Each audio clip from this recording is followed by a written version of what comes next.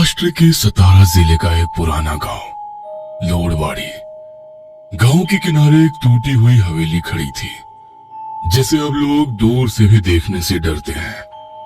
कहते हैं यहाँ कभी दो सगे भाई रहते थे, शिवानंद और सदानंद। शिवानंद और सदानंद दोनों भाइयों के सिर पर पिता की मृत्यु के बाद जिम्मेदारी का साया था। उनके पिताजी जनार्दन देसाई गांव के पुराने जमींदारों में गिने जाते थे। गांव के लोग उनकी बहुत इज्जत करते थे। जनार्दन 2 बार गांव के सरपंच भी रह चुके थे, इसलिए भी उन्हें बहुत मानते थे। जनार्दन की लगभग 10 एकड़ उपजाऊ जमीन, 2 कुएं, एक हवेली और सोने चांदी के कुछ पुराने गहने थे, जिन्हें वो पीढ़ियों से संभालते हुए आ रहे थे। जनार्दन देसाई ने मरने से पहले सब कुछ दोनों बेटों के नाम बराबर बांट दिया था, लेकिन सदानंद को ये बंटवारा मंजूर नहीं था। आधी जमीन लेकर क्या करूंगा? सारा गांव मेरे पैरों तले होना चाहिए। सिर्फ मेहनत से नहीं, ताकत से हासिल होगा ये सब। शिवानंद बस शांत रहता और कहता, बाबा ने जैसा बांटा वैसा ही ठीक है, मेहनत से जो होगा वही सही होगा। लेकिन सदानंद के भीतर जलन का बीज उसी दिन बोया गया था। शिवानंद बड़ा भाई था, शांत, ईमानदार और मेहनती।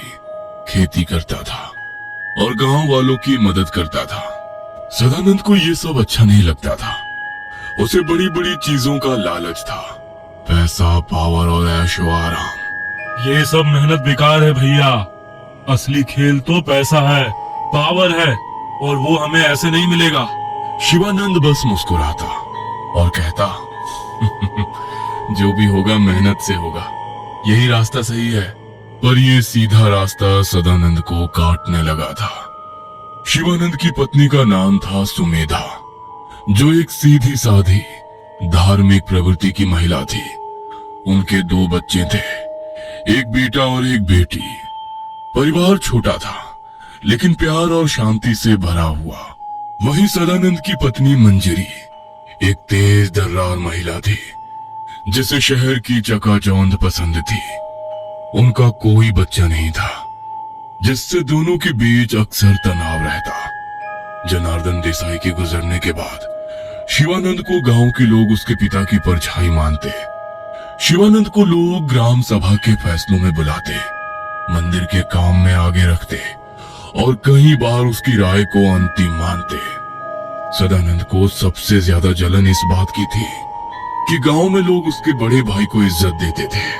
शिवानंद जैसा सच्चा आदमी अब कहाँ मिलता है। वो नहीं होता तो कई बार गांव बिखर जाता। ये सब सुनकर सदानंद का खून खौल उठता। हर कोई शिवानंद भैया करता रहता है, जैसे मैं कोई हूं ही नहीं। अब देखना मैं क्या बनता हूँ और वो क्या रह जाता है। धीरे धीरे उसकी ये जलन एक जुनून बन गई और यहीं से जन्म हुआ उस काले इरादे का। उसने ठान लिया, शिवानंद को रास्ते से हटाना है, ताकि सारी संपत्ति मेरी हो जाए और ये गांव भी मेरी इज्जत करने पर मजबूर हो जाए। और यही लालच उसे ले गया उस रास्ते पर जहां से कोई वापसी नहीं थी, अंध सिद्धि की ओर। गांव से दूर जंगल के अंदर एक पुराना टूटा मंदिर था। उस मंदिर में भगवान की मूर्तियां नहीं थी। वहां एक तांत्रिक रहता था, बाबा नरसिंह। उसकी साधना रहस्यमयी और खतरनाक थी।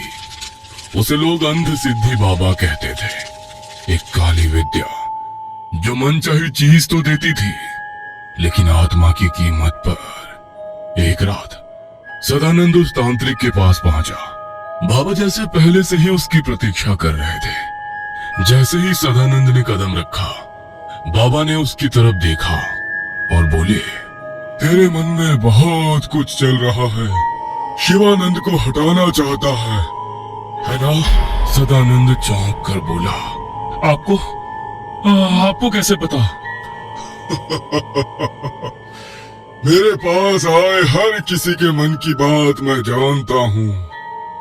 ऐसे ही कोई मुझे याद नहीं करता। पर सुन, ये रास्ता आसान नहीं। अंध सिद्धि मांगती है शरीर, खून हर पूर्णिमा को इसे जागृत करना होगा। एक बार शुरू किया तो लौटना मुश्किल होगा। दोबारा सोच ले, अब भी समय है। मैं तैयार हूँ। वो भाई अब नहीं रहना चाहिए। मुझे सब कुछ चाहिए। बाबा ने सिर हिलाया और कहा, ठीक है, पर ध्यान रखना, जब विद्या पूरी हो जाएगी तब मैं तुझे एक बात बताऊंगा। वही बात तुझे इस विद्या के दुष्प्रभाव से बचाएगी। भूल गया तो तू भी इस आग में जल जाएगा। 2 दिन बाद पूर्णिमा की रात है। उस रात मेरे पास आना। अपने साथ शिवानंद के बाल, उसके पसीने से भरा रुमाल और उसके खेत की मिट्टी लेकर आना। इन चीजों से ही हम उस पर निशाना साध करेंगे। और ध्यान रहे, तुम्हें यहाँ आता कोई देखे ना। सदानंद पूर्णिमा की रात चुपके से बाहर निकला और अपने सारी चीजें लेकर बाबा के ठिकाने पर पहुंच गया। पहली रात बाबा जंगल के अंदर पीपल के पेड़ के नीचे बकरी के खून और शिवानंद के खेत की मिट्टी से मिलाकर एक चक्र बनाता है। उस चक्र के बीच शिवानंद का रुमाल और उसके बाल रखे जाते हैं और बाबा मंत्र पढ़ता है। दूसरी रात उसी स्थान पर शिवानंद का नाम लेकर 21 बार मारण मंत्र पढ़ा जाता है। फिर उस पर बचे हुए बकरी के खून से काली बिंदी बनाकर निशाना लगाया जाता है। तीसरी रात पीपल के पत्ते पर बाबा द्वारा दिए गए मंत्र को लिखा जाता है और उसे जलाकर राख बनाई जाती है। वो राख रात भर चक्र में उड़ती रहती है। इस पूरी प्रक्रिया के दौरान सदानंद को मौन रहना होता है। चौथी रात एक कौवे की बलि दी जाती है। उसके खून से सदानंद के माथे पर काल संकेत बनता है और उस चक्र में जीव नियोजन की प्रक्रिया की जाती है, जिससे आत्मा को बाहर से बुलाया जाता है और उसके लक्ष्य पर छोड़ा जाता है। पांचवी और अंतिम रात मृत आत्माओं की पूजा की जाती है। एक विशेष हवन होता है जिसमें पीली सरसों, नींबू, हड्डियों का चूरन और पीपल की सूखी छाल डाली जाती है और इस हवन के धुएं से आत्मा को शक्ति दी जाती है और वो शक्ति लक्ष्य के शरीर में प्रवेश करती है। सदानंद ने हर विधि को बिना डरे पूरा किया। हर रात के बाद उसका चेहरा और चाल बदलने लगी थी, जैसे उसके अंदर कोई ऊर्जा भरी जा रही थी। जब 5वीं रात पूरी हुई, बाबा ने उसे एक जरूरी बात बताई। अब तुझ में अंध सिद्धि की विद्या आ गई है। तुझे हर पूर्णिमा को इसी पीपल के नीचे नाग बलि यंत्र के सामने दिया जलाना होगा और मंत्र पढ़ना होगा। ये तेरे और अंध सिद्धि के बीच की डोरी है। अगर तू ये भूल गया तो अंध सिद्धि तुझसे सब कुछ ले लेगी। अब तू घर जा सकता है और जाते समय पीछे मुड़कर मत देखना। कुछ ही दिनों में शिवानंद की तबीयत बिगड़ने लगी। रात को चीखता, खुद को नोचता और अजीब सी बातें करता। कोई मेरा दम घोट रहा है, कोई मेरे कान में फुसफुसाता है। उसकी पत्नी सुमेधा ने गांव के वैद्य, तांत्रिक और यहाँ तक कि शहर के डॉक्टर तक से इलाज करवाया, लेकिन कोई फायदा नहीं हुआ। उनको लगा किसी की नजर का असर होगा, लेकिन सच्चाई कुछ और थी। वही सदानंद अब देखता और चुपचाप मुस्कुराता। वो जानता था यह असर उसी काली विद्या का है, लेकिन अब उसे इंतजार था शिवानंद की मौत का। धीरे धीरे शिवानंद बिस्तर पर पड़ गया।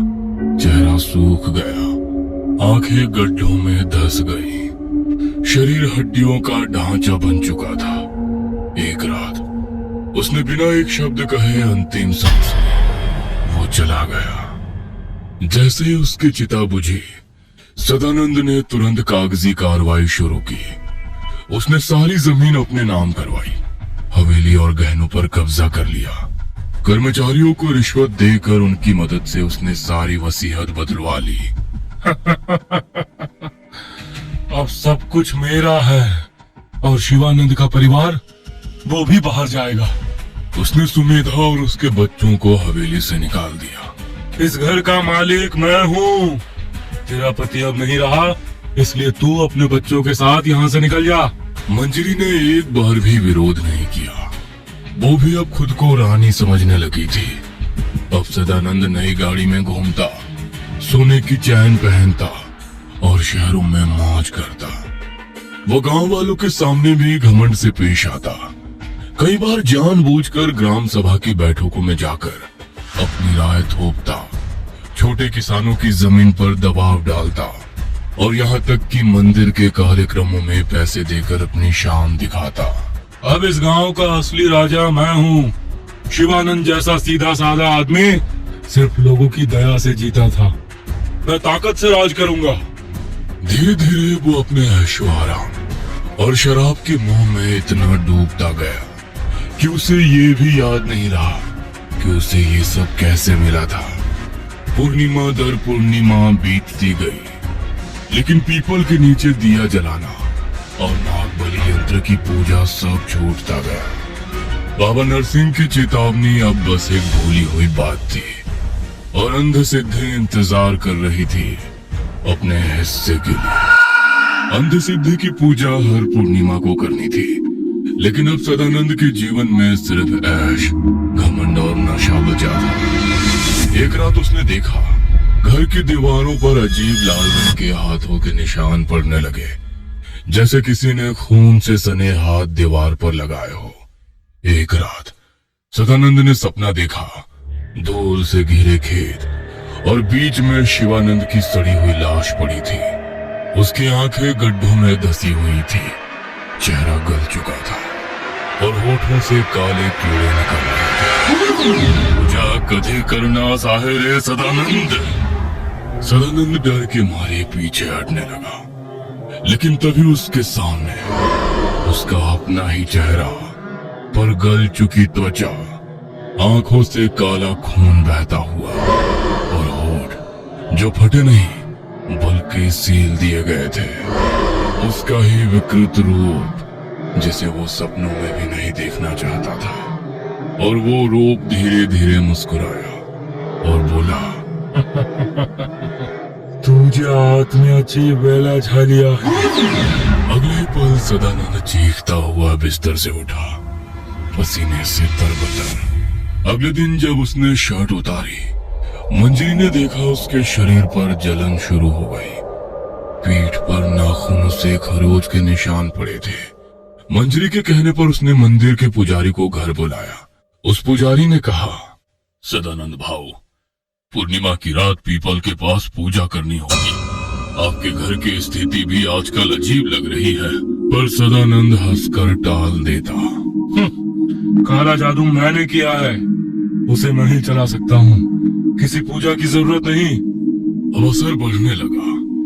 एक रात 2 बजे उसकी आंख खुली। उसने देखा टेबल पर चाय का जूठा कप और राख पड़ी हुई है और घर में हो रही घटनाओं की वजह से नौकर भी नौकरी छोड़कर भाग गए। और फिर अंध सिद्धि पूरी तरह से जाग उठी। ये सदानंद के जीवन की सबसे भयानक रात थी।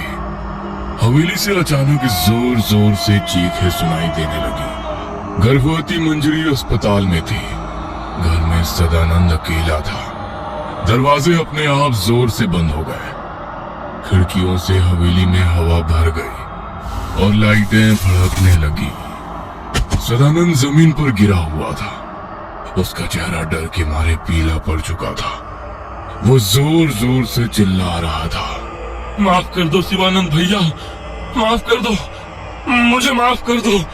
पर कोई नहीं आया। पूरा घर जैसे किसी अंधेरे भंवर में डूब गया था। और ये सब यहीं तक नहीं रुका। अंध सिद्धि ने अब उसके पूरे घर को निगलना शुरू कर दिया था। अस्पताल में मंजरी को बच्चा हुआ, लेकिन बच्चे के जन्म लेते ही मंजरी को खून की कमी हुई। उसकी हालत बहुत खराब हो गई। उसकी सांसें टूटने लगी। डॉक्टर ने चेक किया, लेकिन तब तक बहुत देर हो चुकी थी। मंजरी दम तोड़ चुकी थी। बच्चा बचा तो था, पर मां के बिना कमजोर और असहाय था। और सिर्फ 3 दिन के अंदर उस मासूम की भी मृत्यु हो गई। अब सदानंद पूरी तरह टूट चुका था। हवेली की हर दीवार उसे घूरती, हर कोना शिवानंद की परछाई से भरा हुआ था।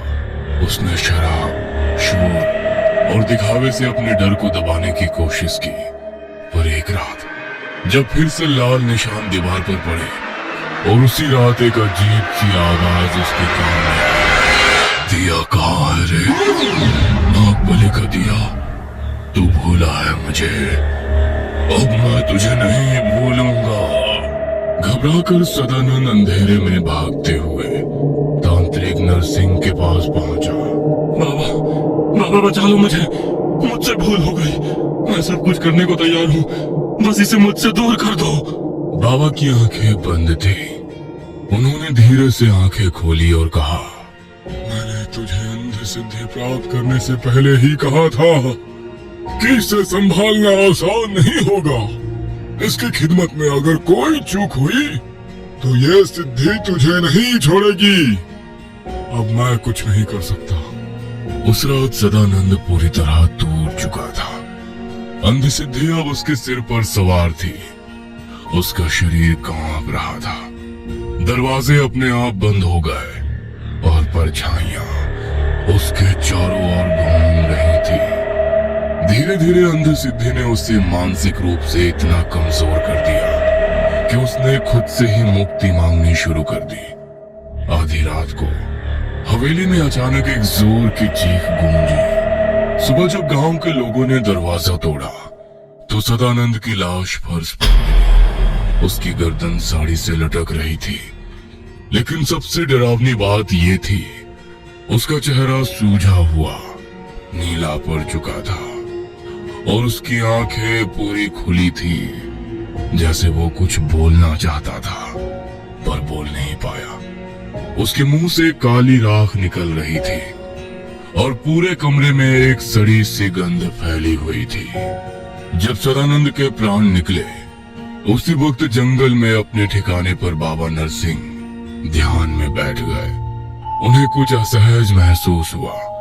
उन्होंने अपनी साधना शुरू की। जैसे ही उन्होंने आंखें बंद की, उन्हें एक धधकती हुई परछाई दिखी। जलती हुई आत्मा, तड़पती हुई, काली लपटों में घिरी हुई, वो सदानंद था। जो बीज तूने बोया था वो अब फल बन चुका है और उसका स्वाद तू अकेले ही चखेगा। उन्होंने एक गहरी सांस ली और कहा, अंध सिद्धि फिर से अपना हिस्सा ले गई।